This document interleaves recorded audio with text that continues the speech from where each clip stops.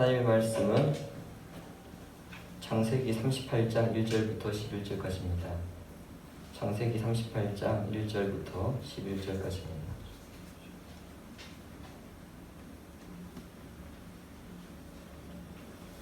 창세기 38장 1절부터 11절까지 교독에서 읽겠습니다. 그 후에 유다가 자기 형제들로부터 떠나 내려가서 아둘람 사람 히라와 가까이 하니라. 유다가 거기서 가나안 사람 수아라는 자의 딸을 보고 그를 데리고 동침하니 그가 임신하여 아들을 낳으매 유다가 그의 이름을 엘이라 하니라. 그가 다시 임신하여 아들을 낳고 그의 이름을 오난이라 하고 그가 또 다시 아들을 낳고 그의 이름을 셀라라 하니라. 그가 셀라를 낳을 때에 유다는 거십에 있었더라. 유다가 장자 엘을 위하여 아내를 데려오니 그의 이름은 다말이라. 유다의 장자 엘이 여호와 보시기에 악함으로 여호와께서 그를 죽이신지라. 유다가 오난에게 이르되 내 목소리로 들어가서 남편과 오늘 하여 내 영을 위하여 치러리라. 오난이 그 씨가 자기 것이 되지 않을 줄 알므로 형수에게 들어갔을 때에 그의 형에게 씨를 주지 아니하려고 땅에 설정하매 그의 여호와 보시기에 악함으로 여호와께서 그로 죽이시니. 같이 읽겠습니다.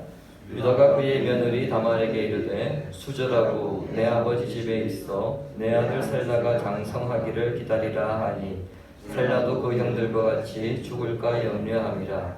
다말이 가서 그의 아버지 집에 있으니라. 아멘. 2주 전에 이런 뉴스가 있었습니다. 사람들이 그 길을 건너고 있는 횡단보도에 차량 한 대가 진입을 해서 중간에 멈췄습니다. 횡단보도를 건너던 사람이 깜짝 놀라서 차 그 뒷부분을 툭 하고 쳤는데 이제 당신이 잘못했다는 거죠. 근데 이 차량이 그냥 가다가 다시 불법 유턴을 해서 경찰에 그 자신의 차량을 친 그 사람을 신고를 한 겁니다. 지난주 중에 또 이런 일이 있었습니다. 12세 어린이가 그 무인 편의점에서 물건을 훔쳐서 처벌을 받게 되었습니다. 문제는 이 아이 엄마가 인터넷에 글을 올렸는데 뭐라고 올렸느냐 하면 자기 아이가 잘한 것은 아니지만 아르바이트생을 고용해서 문을 닫아놓고 절도를 부추기지 말았어야 한다. 이런 글을 올려서 논란이 되었습니다. 여러분, 제가 지금 두 가지 사건을 말씀드렸는데 이런 일들을 들으시면 어떤 생각이 드십니까? 적반하장도 유분수고 주객이 전도된 것이고 방귀 낀 놈이 성내는 그런 게 아니겠습니까? 자신이 잘못했음에도 불구하고 그 잘못을 인정하기는커녕 상대방의 잘못을 더 부각시킴으로써 자신의 잘못을 상대적으로 희석시켜버리는, 가려버리는 그런 것입니다. 이런 모습들이 오늘 본문에서도 나타나는데요. 그 야곱의 넷째 아들에게서 나타납니다. 우리에게 충격을 주는 것은 이 야곱의 넷째 아들 유다, 이 유다의 후손으로 다윗이 태어나고 그리고 우리의 신앙의 목표인 예수 그리스도가 태어난다는 점이죠. 자, 그렇다면 하나님은 유다의 잘못은 잘못으로 여기지 않으셨을까요? 그것은 잘못이 아니기 때문에 그의 후손에서 다윗과 예수 그리스도가 태어나게 하셨을까요? 그렇지 않습니다. 오히려 오늘 본문은 하나님께서 유다의 잘못을 더욱더 명확하게 드러내십니다.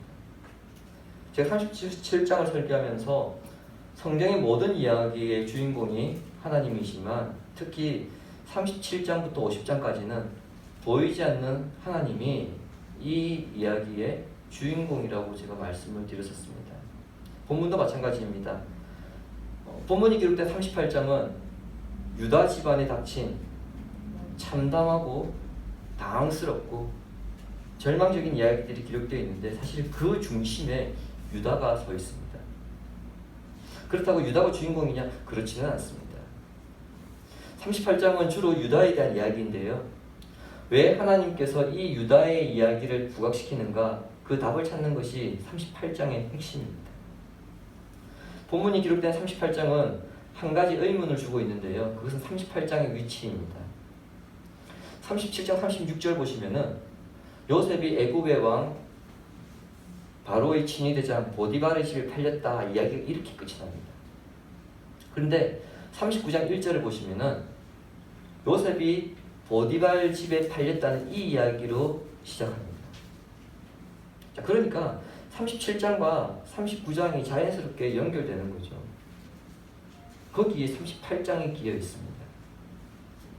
요셉의 이야기가 지금 잘 흘러가다가 뜬금없이 요셉은 전혀 등장하지 않는, 요셉과는 아무 상관이 없는 유다의 이야기가 지금 끼어 있는 것입니다. 그래서 많은 사람들은 이 유다의 이야기가 요셉의 이야기의 흐름을 끊고 있다 그렇게 말합니다.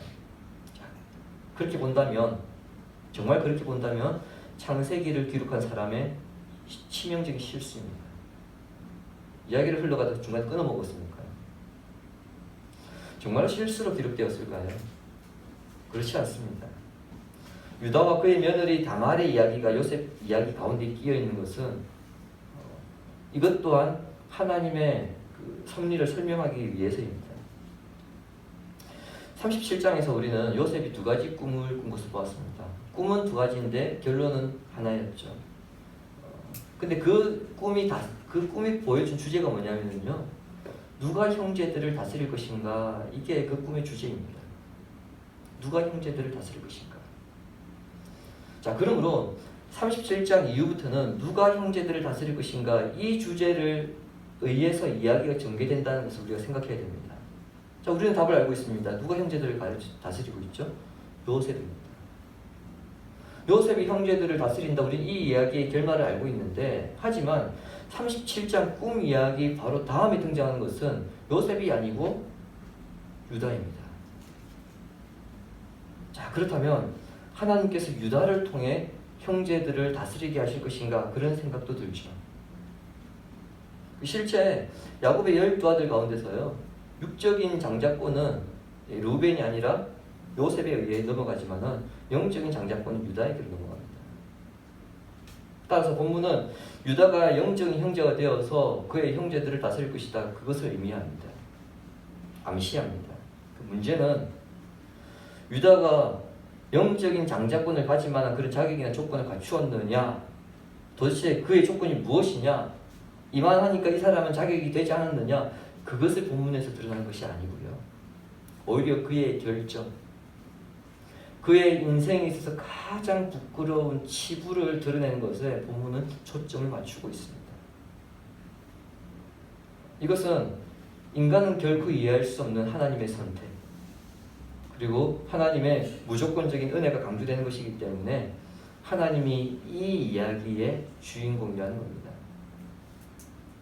자, 본문을 통해서 유다의 집안에 닥친 사건들을 통해서 우리는 유다에게 어떤 문제가 있는지를 좀 살펴보고자 합니다. 요셉이 형들에 의해서 그 애굽으로 가는 상인들에게 노예로 팔린 지 시간이 제법 지났을 때입니다.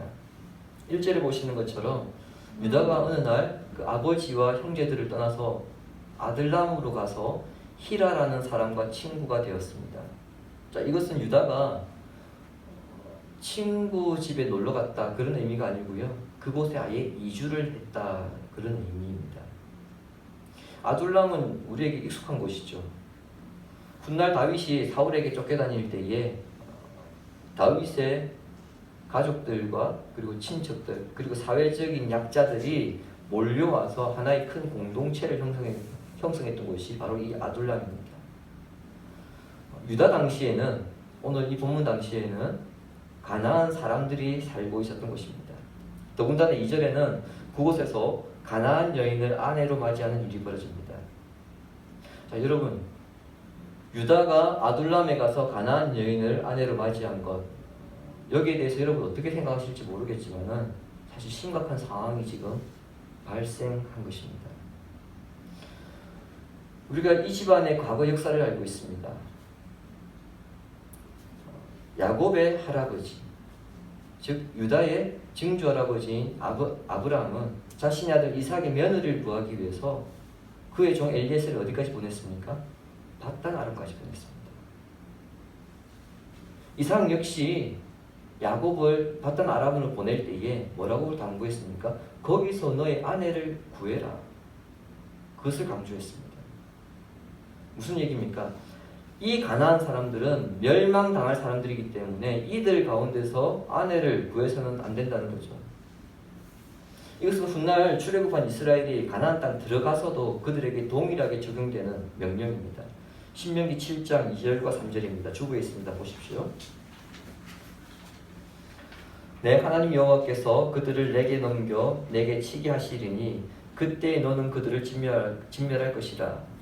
그들과 어떤 언약도 하지 말 것이요 그들을 불쌍히 여기지도 말 것이며 내 하나님 여호와께서 그들을 내게 넘겨 내게 치게 하시리니 그때 너는 그들을 진멸할 것이다. 중복이네요. 죄송합니다. 자, 여러분 한번 보십시오. 하나님께서 그들을 진멸해라. 너희들이 가나안 땅에 들어가면 그 가나안 사람들을 진멸하는데 또 하나 그들을 불쌍히 여기지도 말라. 자, 여러분 여기서 말하는 그들 누굴까요? 가나안 사람들입니다. 신명기 7장 1절에 의하면 가나안 땅에 살고 있는 7 족속들입니다. 그 사람들과 같이 어울리지 말라는 거예요. 그 어떤 언약도 맺지 말고 불쌍히 여기지도 말라. 가나안 사람들은 우상 숭배하는 민족이기 때문에 그들과 피를 섞지 않는 것은 하나님의 말씀을 우리가 그대로 받아들이고 믿고 그 말씀을 순종하겠습니다. 여러분 그러한 신앙 고백의 의미입니다. 그런 신앙 고백의 의미로서 그 가나안 사람들과 결혼을 하지 않는 것입니다. 자, 그렇기 때문에 유다가 가나안 여인을 아내로 맞이한 것은 굉장히 심각한 상황이라 할 수 있는 거죠. 자, 도대체 무엇 때문에 유다가 언약 공동체인 아버지 집을 떠나서 가나안 땅에서 가나안 여인과 살게 되었을까요?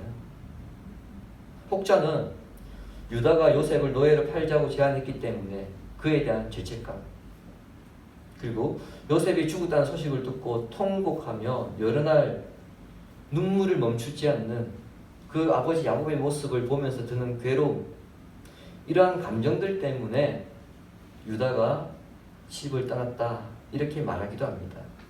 여기에 대해서 17세기 유명한 영국 신학자 매튜 헨리 목사는 야곱 가정이 부도덕함으로 인해 금이 가서 가족관계가 분열되었다 그렇게 평가합니다.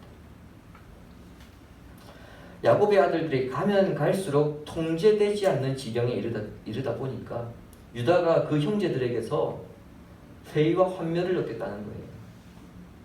더 이상은 내가 이 집안에 못 살겠다. 그리고는 뛰쳐나갔다는 겁니다. 자, 그렇게 가족을 떠난 유다가 가나안 여인과 결혼합니다. 거기서 세 명의 아들을 낳았고요.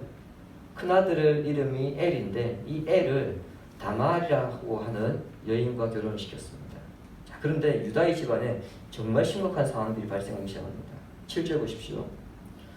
유다의 장자 엘이 여호와 보시기에 악함으로 여호와께서 그를 죽이신지라.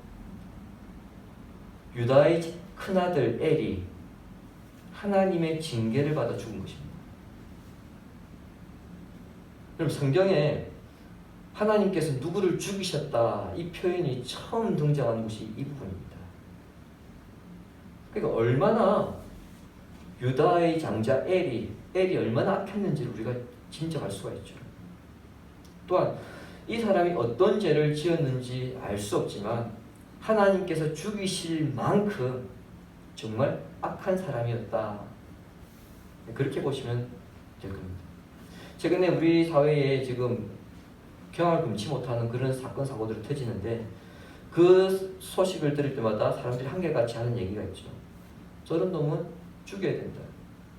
왜 우리나라 사형제도를 시행하지 않는 거냐. 지금 계속 그런 여론들이 일어나고 있는데요. 이 사람은 아예 하나님께서 더 이상 살려둬서 안 된다. 그냥 죽여야 되겠다. 그렇게 즉결 심판을 받았을 정도로 굉장히 악했던 사람이 유다의 장자 엘입니다. 유다는 장자 엘이 죽자 당시 풍습에 따라서 엘의 아내인 다말을 엘의 동생 오난에게 주었습니다. 형수와 동침하게 해서 죽은 형의 대를 잇게 한 것입니다. 자, 여러분 뭐 이런 족보가 다 있냐 여러분 그렇게 생각하실 수 있는데요. 그것은 철저하게 오늘날 우리의 관점입니다. 여러분 고대 사회에서는 특히 고대 근동 사회에서는 이게 흔했던 일입니다. 그 당시 인구가 많지 않았고 또한 그 당시에는 태어나자마자 많이 죽었기 때문에 대를 잇는다는 것이 정말 중요했습니다. 그래서 그 문화권에서 여러분 오늘 본문을 이해하셔야 됩니다. 형이 죽었을 때에 형수와 동생이 결혼을 해서 아들을 낳아 형의 대를 잇게 하는 것, 여러분 이것을 계대 결혼이라고 합니다.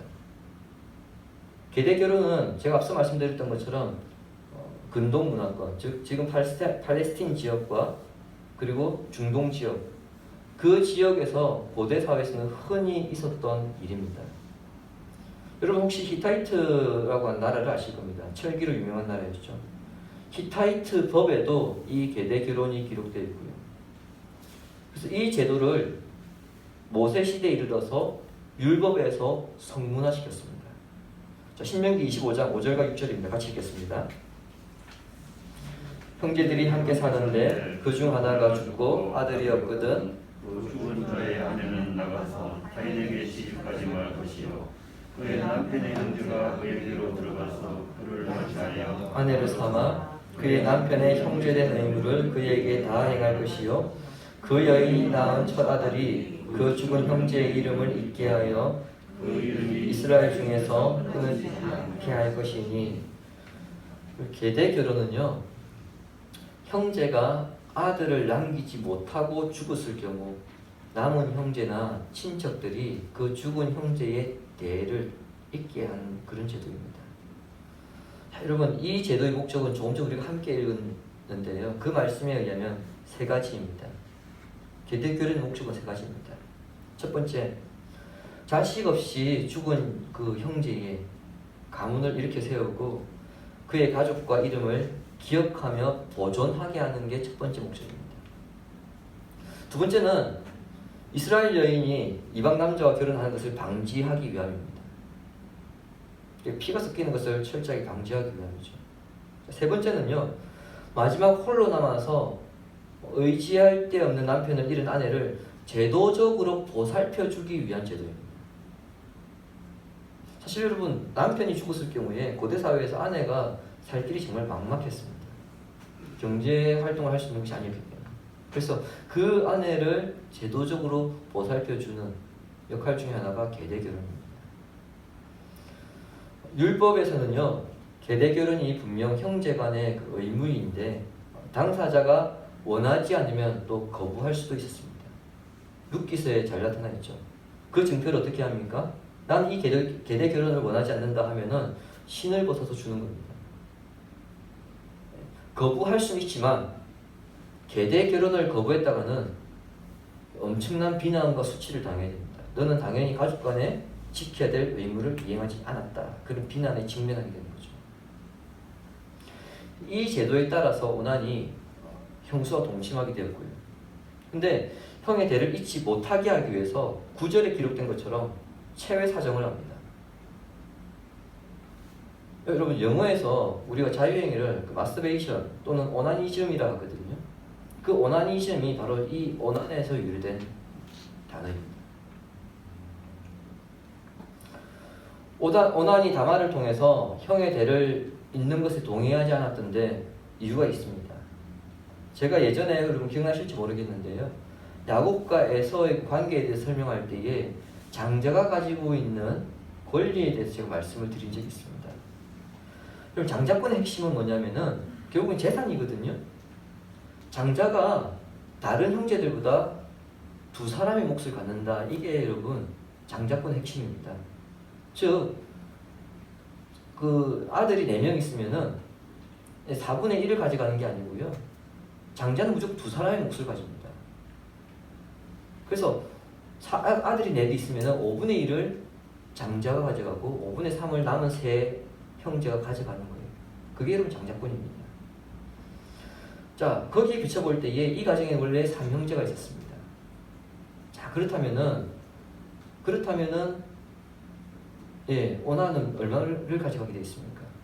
형이 죽었으니까 3분의 1을 가져가게 되는 거죠. 이제 2명 남았으니까요. 3분의 1을 가져가야 되는 그런 상황입니다.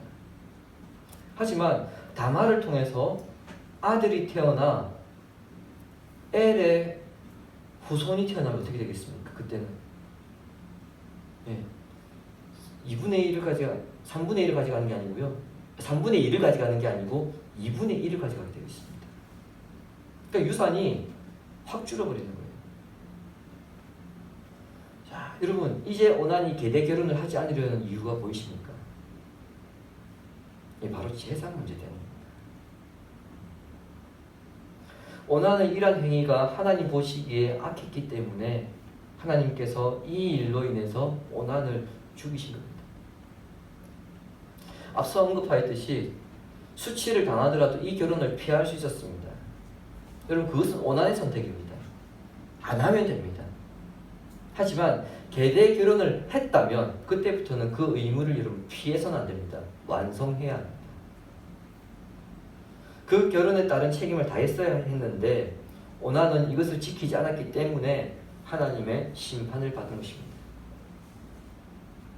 더 많은 유산을 받으려고 악한 짓을 했지만 지키지 않았기 때문에 여러분 결국 하나도 받지 못하는 그런 일이 발생한 것이죠.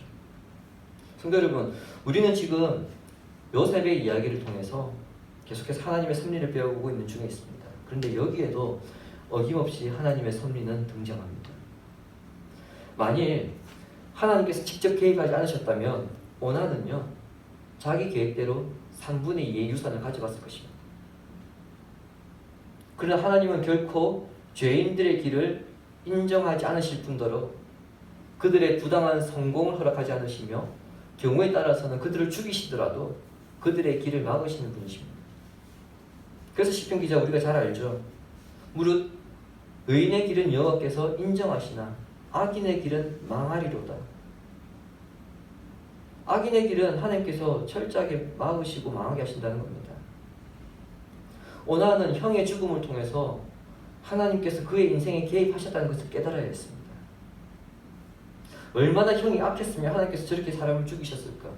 그것을 깨달았어야 했는데 깨닫지 못함으로써 그 역시 형과 똑같은 악행을 범하고 하나님의 징계로 인해 죽게 되었던 것입니다.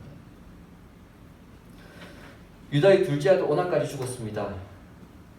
이제 다말은 두 번째 시동생, 즉 야곱의 셋째 아들이죠. 유다의 셋째 아들이죠. 유다의 셋째 아들 셀라와 계대 결혼을 해서 엘의 대를 이어야 하는 상황입니다. 그런데 유다는 11절에 기록된 것처럼요.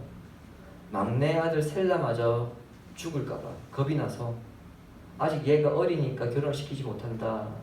그런 이유로 다말을 친정에 보내버립니다. 자, 여러분 이것은 거짓말입니다. 명백한 거짓말입니다. 유다는 셀라를 계대결혼 시킬 마음이 전혀 없었던 겁니다. 자신에게 남은 이 마지막 아들 하나마저 잃을지 모른다는 그 위기를 넘기기 위한 술수였죠. 그래서 아직 어리니까 나중에 하자 보낸 거예요. 여러분 오늘 본문에서 악한 사람은 누구입니까? 엘과 오난이었습니다. 자, 그러나 마지막 11절은요. 그 악한 행위를 하는 사람 가운데에 유다가 포함되어 있다고 한 이 메시지를 교묘하게 숨겨놨습니다. 무슨 의미냐? 계대 결혼의 세 번째 목적이 제가 아까 뭐라고 말씀드렸습니까? 남편을 잃은 여인을 제도적으로 보살펴주는 제도라고 말씀드렸죠. 근데 유다는 다말을 친정에 보내버렸습니다. 그리고 친정에 보낸다는 것은 수절하라 그런 의미입니다. 즉 굉장히 무책임한 행동을 한 것입니다. 정말 유다의 말대로 셀라가 어려서 계대 결혼을 시킬 수 없는 상황이라고 한다면 그 과부가 된 며느리를 자신의 집에 두고 경제적으로 보살펴주면서 셀라가 클 때까지 데리고 있었어야 했습니다. 유다의 말이 거짓말이 아니라면, 진심이라면. 그럼에도 유다가 이렇게 행동했던 것은 무엇입니까? 자신의 아들들이 하나님 앞에서 어떤 악을 행했는지, 그리고 그 두 아들이 무엇 때문에 죽었는지 그들의 죄악에 대해서는 생각하지 않고요. 단순히 며느리를 남편 잡아먹은 여자로 그렇게 생각했기 때문입니다. 쟤 옆에 있다가는 내 아들 또 죽을 수 있겠다. 그래서 쟤를 보내버려야 된다. 여러분, 그게 유다의 생각이었습니다. 분명하게 짚어야 합니다. 엘과 오나는 하나님께서 죽이셨습니다. 왜 죽이셨습니까? 엘은 하나님 앞에서 너무 악했기 때문에, 오나는 형의 대를 잊지 않고 자신의 유산을 더 가져가기 위해서 하나님 앞에서 악한 행동을 했기 때문에, 자신의 이기적인 욕망과 탐심 때문이죠. 여러분, 이 두 아들이 죽는데 다말의 잘못이 있습니까? 없습니다. 하나도 없습니다. 근본적으로 누구의 잘못입니까? 유다의 잘못입니다. 여러분, 근본적으로 유다의 잘못입니다. 가나안 여인과 결혼하면서 그리고 가나안 땅에 살면서 아들을 낳았습니다. 당연히 이 세 아들이 그 땅의 가치관과 문화에 젖으며 살았겠죠.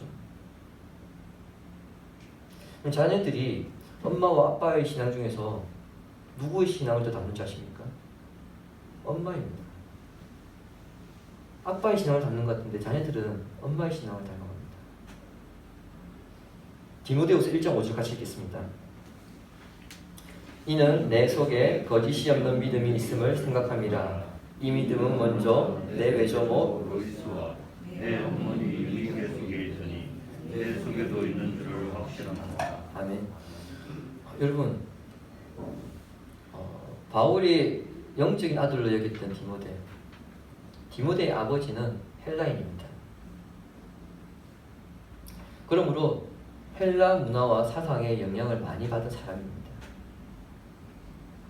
그럼 자연스럽게 디모데 역시 헬라 문화와 사상 그리고 그 종교의 영향을 많이 받아야 되겠죠. 하지만 오히려 디모데는 헬라 사상과 그 철학의 영향을 받은 것이 아니고 예수 그리스도에 대한 굳건한 믿음 위에 섰던 사람입니다. 그 바탕에 누가 있습니까? 사도 바울은 이렇게 평가합니다. 너의 어머니 때문에, 그리고 너의 외할머니 때문에, 너의 외할머니가 너의 믿음을 이렇게 성장시켰다. 분명히 그렇게 이야기합니다.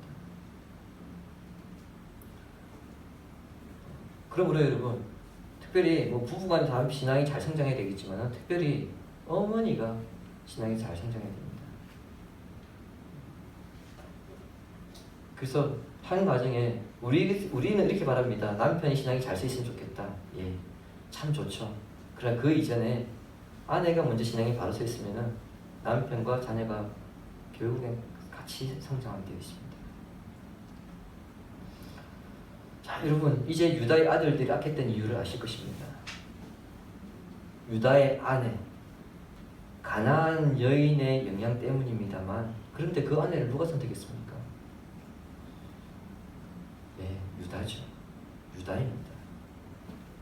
그들의 조상은 분명 가나안 여인과 결혼하는 것을 금지시켰으나 유다가 그것을 어겼고 그의 집안에 가나안의 피를 끌어들인 것입니다.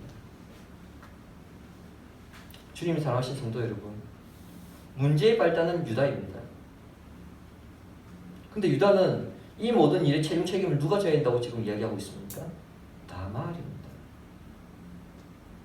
정말 추격이 잘못되어도 한참 잘못된 그런 상황이죠.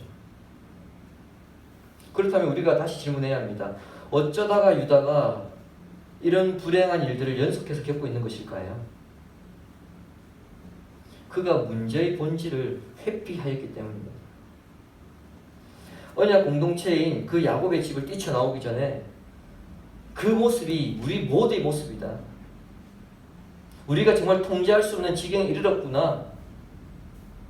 그것을 깨달았으면 자기만 깨닫고 그 문제를 회피할 게 아니고요. 그 형제들에게 어쩌다가 우리가 이렇게 되었느냐 상기시켰어야죠. 우리가 더 이상 여기서 선을 넘어가서는 안 되지 않느냐, 이것은 아니지 않느냐, 브레이크를 걸었어야 했습니다. 그래서 정상적인 가정의 기능이 회복되도록 유다가 그렇게 했어야 되는 게 정상이죠. 근데 그는 무엇을 선택했습니까? 문제의 회피, 그리고 그 과정에서 도피를 선택했습니다. 그로 인해 이후에 모든 일들이 다 벌어진 거예요. 그렇게 볼 때 문제는 누구에게 있습니까? 유다입니다. 오늘날 우리가 살고 있는 사회를 여러분 둘러보십시오.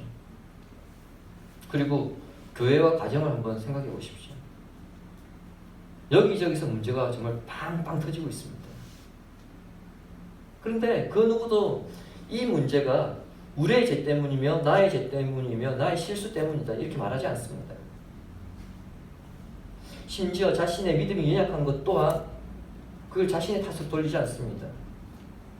자신의 육신의 정욕과 그리고 안목의 정욕, 이생의 자랑 때문인데 그것을 여러분 세상 핑계에 댑니다. 세상이 험하기 때문에 먹고 사는 게 너무 힘들어서 그래서 내가 내 믿음을 돌아보지 못한다. 그게 여러분 이유가 되었습니다. 그러나 정확하게 말해야 합니다. 우리가 믿음이 연약한 것이 믿음이 없는 것이 세상이 험해서 먹고 살기가 힘들어서 그 삶에 집중하다 보니까 믿음이 연약해졌다. 그렇게 말해서 안 되고요. 들풀도 입히시고 공중 나는 새도 먹이시는 그 하나님, 창조주 하나님, 전능하신 하나님 우리가 온전히 의지하지 못해서입니다. 우리의 믿음이 연약한 상태에서 세상에서 살아남으려 하다 보니까 때로는 죄를 짓기도 하고요. 실수를 하기도 하는 것이죠. 그로 인해서 여러분 우리가 이런저런 문제들이 빵빵 터지는 겁니다. 그러므로 나의 죄, 우리의 죄, 나의 약점 앞에서 그리고 솔직하게 회개할 것은 회개하고 또 부족할 부분은 고칠 수 있도록 성령께 간구할 때에 우리의 모습이 회복되어지고요. 우리가 속한 공동체들이 정상적으로 그 기능들을 회복해 나갈 것입니다. 오늘 많은 성도들이 교회의 문제를 이야기합니다. 그리고 많은 사람들이 자신의 가정의 문제를 이야기하고요. 오늘 우리가 살고 있는 사회와 민족 그리고 전 세계의 문제들을 이야기합니다. 너무 이제는 우리가 도덕적으로 어떻게 이렇게 되었나 그런 이야기 나올 정도의 이야기를 하죠. 그런데 그 누구도 그 문제의 시발점이 나라고는 인정하지 않습니다. 여러분 어떻습니까? 오늘 유다의 이 이야기를 보면서 어떻습니까? 바로 이 유다의 모습이 나의 모습은 아닌가요? 오늘날 한국교회의 모습은 아닌가요? 오늘 우리 성도들의 모습은 아닌가요? 만약 우리 가운데 그런 모습이 있다고 한다면 우리가 다른 사람들의 잘못과 죄를 지적하고 탓하기 전에 우리 자신이 먼저 하나님 앞에서 우리의 부족함이 무엇인가? 죄는 무엇인가? 다시 물어야 될 것입니다.